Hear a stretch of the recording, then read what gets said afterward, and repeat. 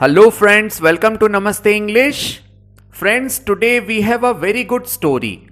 The Lion and the Poor Slave. So let's start the story.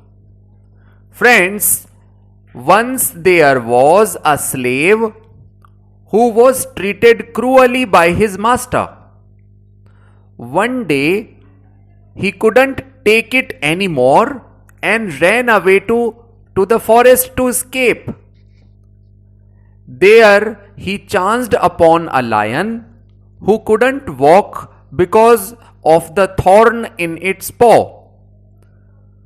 Although he was scared, the slave mustered his courage and took out the thorn in the lion's paw.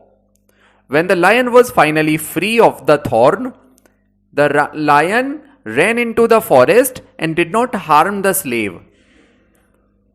Some time later, the slave was caught by his master again, and the master then ordered the slave to be thrown into the lion's den.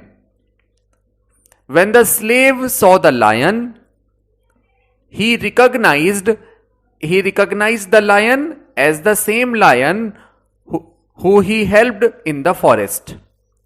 The slave was able to escape the den unharmed, and he freed all the other animals as well.